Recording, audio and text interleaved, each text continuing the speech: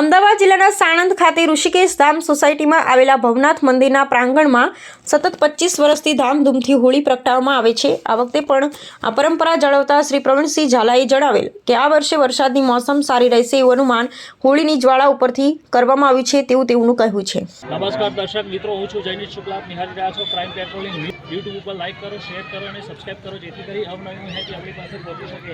આજે હોળીનો પ્રસંગ છે ત્યારે સાણંદ ઋષિકેશ વિભાગ જેને ભવનાથ મંદિરની જોડે ઋષિકેશ ધામ સોસાયટી આવેલી છે ત્યાં અત્યારે હોળીનો માહોલ જે પ્રગટાયો છે, હોળી માતાનું મહત્ત્વ જે છે કંઈ પ્રગટાયેલો છે। હોળીનું મહત્ત્વ એટલે એવું છે કે જ્યારે હિરણ્યકશ્યપની બેન હતી હોલિકા, એ હોલિકાને એવું વરદાન હતું કે હોલિકા બળી શકે નહીં, એટલે જે ભક્ત પહેલાં હિરણ્યકશ્યપનો દીકરો હતો એના જે વિષ્ણુ ભગવાનની ભક્તિ કરતો હતો તે હિરણ્યકશ્યપને ગમતું નહોતું સતયુગની અંદર, ત્યારે એને હોલિકાને તૈયાર કરી અને કીધું કે તું આને લઈને બેસ અને તારે તો વરદાન છે ભગવાનનું કે તું બળી નહીં જઈશ, આ ભલે છોકરો બળી જતો ભક્ત પહેલાં જ, એટલે હોલિકા એના માટે આ જે પ્રસંગ જે છે એનો જ છે આખો ઇતિહાસ। અને જે હોલિકા છે ભક્ત પહેલાં જ બેસાડે છે ત્યારે જે હોળીની અંદર જે પ્રગટાવવામાં આવે છે ત્યારે પણ આખું ઉલટું થઈ જાય છે, હોલિકા બળી જાય છે અને પહેલાં જ જીવતો બહાર નીકળે છે। એના બીજા દિવસે ધોળીટી મનાવવામાં આવે છે।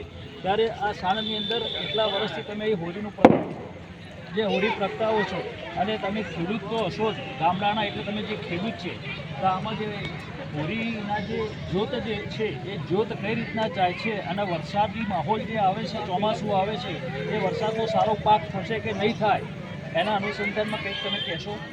જ્યોતમાં તો એવું છે ને કે પવન જે બાજુ જાય એ બાજુથી અમુક ઝાયણા હોય છે, પણ આ તો આપણો પવન એકે બાજુ નથી, સીધી જ જ્યોત જાય છે ઉપર, સ્થિર છે જ્યોત, એટલે એની ઝાયણા અત્યારે તો આપણે કહીએ સ્થિર વરે રહેવું કહી શકીએ।